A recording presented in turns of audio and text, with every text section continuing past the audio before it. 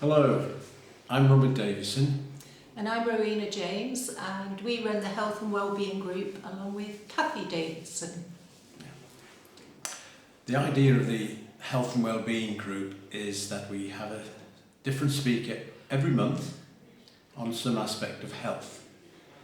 And the idea is that at the end of the talk, the audience will be able to go away and do something to either improve their health or perhaps take action to diminish chances of getting some awful disease.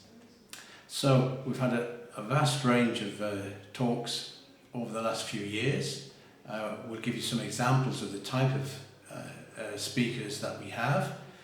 We've had a lady who was a social prescriber, someone who works at a GP practice in conjunction with the GPs, with the aim of a non-medical help for people. For example, someone may be suffering from depression, and together with the social prescriber they'll be encouraged and supported to join a walking group. We had someone from the charity Action for Happiness who gave a very entertaining talk and proven methods to improve your happiness.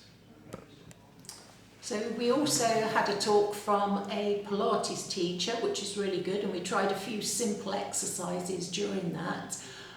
That was very popular, and it really made us think about the importance of balance and having a strong inner core.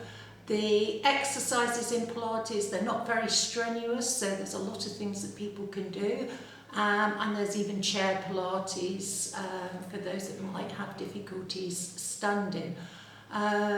We also had somebody come along from the University of Northampton Podiatry Clinic, and he spoke a lot about the feet. He gave quite an interesting history of the feet, including the fact that the Egyptians were the first known to be into podiatry, and there is actually in the British Museum a prosthetic toe from an Egyptian.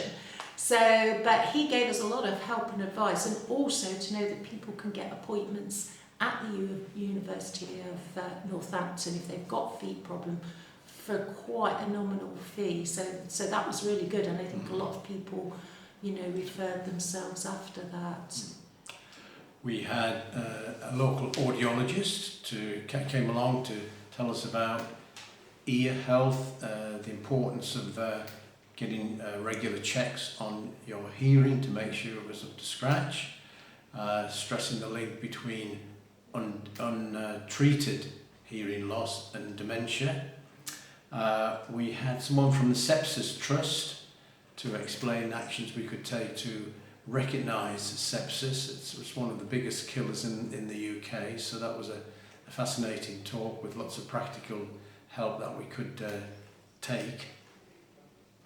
We also had somebody that came and talked to us about defibrillators and how to use them, and that was quite amazing really. I hadn't realised how many lives are actually saved, and their mission is really to sort of get more of these around the country. But he showed us how to use them. A few of us had a go at actually doing it, and it's a really useful skill because I can't remember all of it, but I still remember bits of it, and if I was ever in a position where I needed to use one, that would be really helpful. So it kind of feeds into helping others as well. And the other one that we had was a dentist who came to talk to us about dental health, oral health.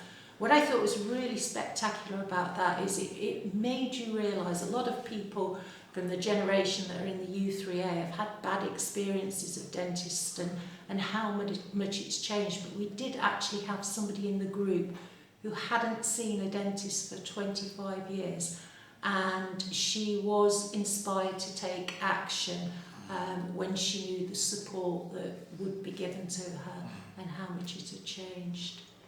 We had a talk from a falls prevention team, methods, techniques that people can diminish their chances of a fall. As we get older, the chances of a fall increases and the consequences are pretty horrendous. So anything that we can do to minimise that risk of a fall was very welcome. So that gives you some idea of the range of talks that we've had in the past, and we have many more planned for the future. Yeah, we meet on the second Friday of the month at the Methodist Church, which is on Northampton Road. We meet at 10:30, but we encourage people to come along from 10 o'clock onwards so that they can have a bit of a chit chat, have a cup of tea, and just get settled for when the meeting starts at 10:30. We don't have any waiting lists, so anybody can come along. Bring a friend if you want to. If you want to join our mailing list, then again we can put you on that so that we can send you an agenda of what talks are coming up in the future. But it would be lovely to see you at one of our health and wellbeing meetings, and I hope you'll be able to come along.